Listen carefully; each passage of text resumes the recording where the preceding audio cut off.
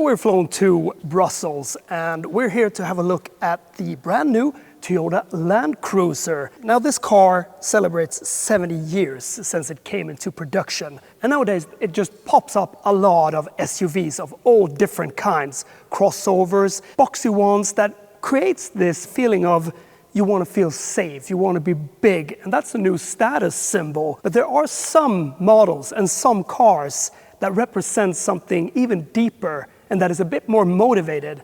And this is one of them. From its very birth, this was a car that was intended to take you to places that you thought was impossible to reach. And Toyota's intention has always been to make it even more strong, more durable, and also even more flexible off-road, but also on-road. And it has been a very popular model. It has sold more than 11 million. And if you've experienced these cars, owned one, then you know what they can really deliver. So there is a big, loyal customer base for this car. This new platform, the GAF platform, makes it even better off-road and also on-road. For enhanced control, this new frame is 50% stiffer and the body rigidity has increased by 30%. So as you behold this big car, which is big, but not in that way that it feels overwhelmingly big, I like the front a lot. It really flirts with the first ones that had that very open type of grille. So these lights, they come on this first edition model. There is also the model that is called 1958, which has a bit restyled headlights.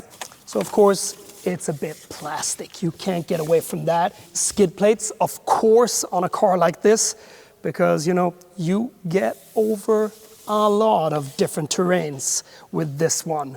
This color, I think, suits the car very well. Together with this white roof, you get this color, which is called sand, or you can choose the blue, the smoky blue. The engine in this car is the 2.8-liter four-cylinder engine, which has been lifted out of the Hilux. So it's a reliable engine, 204 horsepower, good enough torque. Later 2025, we will be given a mild hybrid version, that 48-volt version. So will be interesting what you want to choose in between and what will suit this car the best. But that is something that we'll have to check out later when we test drive both of them. But the great thing with this diesel engine is that you can tow 3,500 kilos. Many cars nowadays get this design which is so popular, and that is this boxy shape, both in the front and overall the whole body. But on these cars, well, it suits them a lot better because they get into that category of being an adventurous car, just like the Defenders, which I think it got some resemblance to. And I think that that's just great. They know what they compete with and they know what they're supposed to do. So I think the design is really, really nice on this one. And of course, the technology has taken a leap as well. You can do so much more off-road with this car. It's got the ability to disconnect the anti-roll bars. Disconnecting that makes the car get more connection to the ground on the off-road paths. And together with the crawl mode and the hill descent control, well, it becomes super effective off-road. To make it even more comfortable driving off-road, there has been installed a new electric power steering so the wheel doesn't kick back that hard if you hit a bump or a stone or a little ditch. So of course the boxy shape is very pronounced when you see it in profile, but at the same time I like it in profile. There's a lot of space here that looks very off-roadish. The overhangs, they're not that big, so the maneuverability of the car becomes a lot better. There's also a little better shape down here. It leans down, so you feel a bit more where the corners of the car are, and that makes you more secure of where you place it. You got this step plate here. I was wondering something about that because I think that, is it high enough to be using that one? Or can you step straight down? But there is something about that every time you set your foot on that, you become used to it. And it feels a bit more luxurious to have another step. That's good.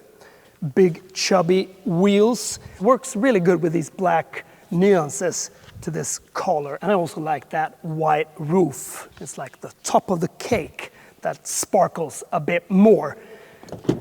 And something that feels so great on cars like these are big handles. You know, handles that you don't fiddle about with. They are just comfortable. So the side mirrors, they are a bit reshaped. They are a bit smaller, but they still have the height. And I like the height because you want to see a lot of that car, not just small and wide. So they're really good. Got the rail up here. So the overall length is 492 centimeters. It's rather wide, 198 centimeters. And the height of it is 187 centimeters. So it becomes room inside, as it should be in a car like this. As you move to the back, you got a sticker here which says Land Cruiser First Edition. You get to behold this high-rised rear. And I just like that because you want to feel that you have a very big SUV. And you can really tell when you step back here.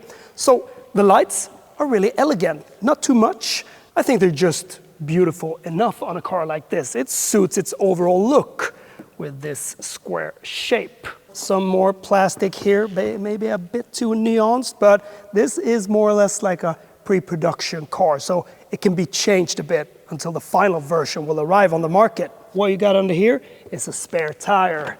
That is very SUV-like. Inside the boot space. Feels very wide. And you got 7 seats in this one, which are electronically adjusted. I don't have the numbers of the boot capacity, but I think it's the same as in the previous version with 7 seats. So it feels like it's rather raised. The version with 5 seats, well, there will be some extra space. But the second row of seats are very flexible because it becomes like a stow and go. You can shuffle them forward to get some extra space there. Really great feature is the ability to open the windows separately, because sometimes you just want to toss your shopping bags or some other smaller things in there. Stepping on a side plate like that and stepping into a car like this always feels rather majestic, and you feel powerful on the road, and that's the feeling with all SUVs. But in this one, when you know you can really take it off-road and get on your adventures, the adventures that might be, you know, a bit too steep for some other SUVs or crossovers or four-wheel driven cars, well, then this one can. You got low four-wheel drive, locking differential, crawl mode. And the good thing about this, which I like in Toyotas, and that Land Cruisers has always had, are big, chunky buttons. They are a bit restyled here, so they have a bit more finesse, but they're still big. And once again, this is a pre-production car. This is not the final product. So they might be, you know, rearranged and restyled, refurbished. Yeah, because there might be a little rubbery feel to that volume knob here. Doesn't really have the best of feelings, but, you know, we hold that until later. But as you drive in tough terrain, when it starts to jump around, these buttons are very manageable. They are big and they're very distinct. So you have this whole panel just displayed easily and at your disposal. You got ventilation in your seat, you got heat in your seat, heat your steering wheel. And as you set your temperature, you know, logically laid out. If you want to push it up, it becomes warmer, down, cold, and that is just great. You know, imagine if you would have all that integrated to a touch screen. That would be a nightmare. Big, chunky gearbox.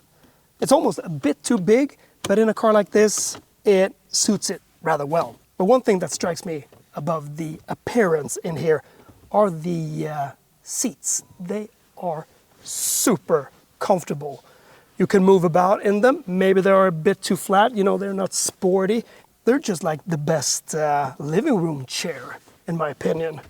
And they also look good. And it's not that plastic, it's a bit more rubbery feel to the panels. And this horizontal looking panel here with that integrated screen, super modern and clean. And the visibility all around is just great. This one, it isn't too high raised, so you can really look out and see where you got the car. And that is a super plus.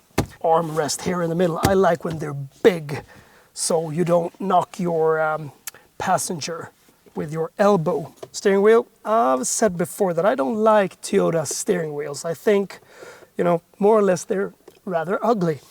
But in this one, functional, good.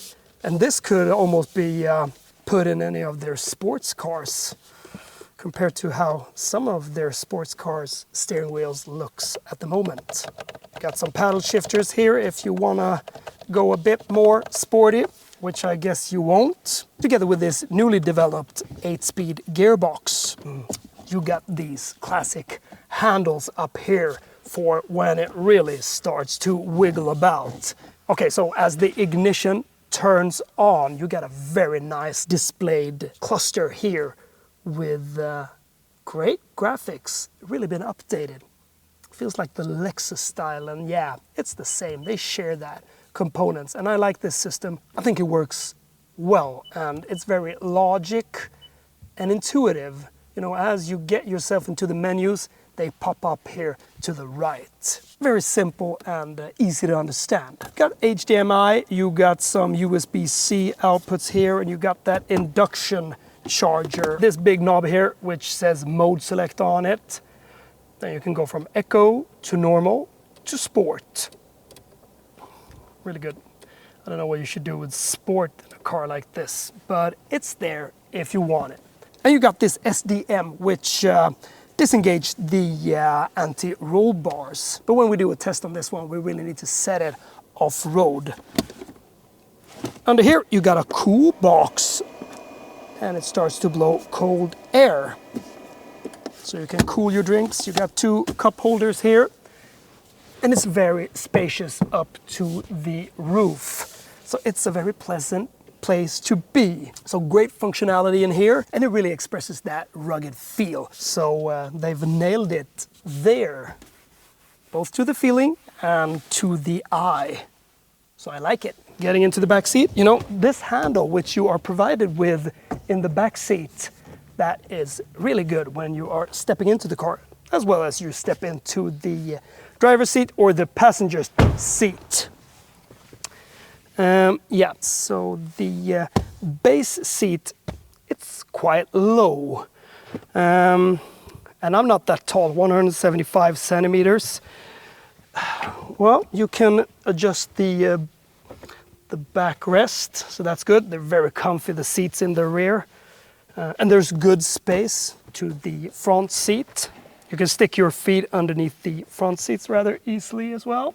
2 cup holders here, of course, armrest. And this is so honest, and I like that. They're even chunkier back here, those dials for the climate control. USB-C connectors here, but yeah, if you want to go 3 in the back here, it's a big transmission tunnel here that takes some space. So you'll be bumping into each other's feet if you're 3 passengers back here. So yeah. That's the thing, when you're used to some electric cars with that flat floor, well then that feels a bit more free. So in this one, yep, get occupied a bit by that one. But the space to the roof is high, and it's spacious back here. Nice swoop to this line here with the window. Keeping that window so you can't roll down the whole one. Looks good. You got the JBL speakers, I didn't tell you about them. Guess they sound good. So if you want to load up a bit more, well, then you can just push these up. So you get some more space here. And from this side, you can push these 2 seats in the 3rd row back up. Oh, I need to crawl in here, but okay, that works. Yep. We should fold these seats back, that position.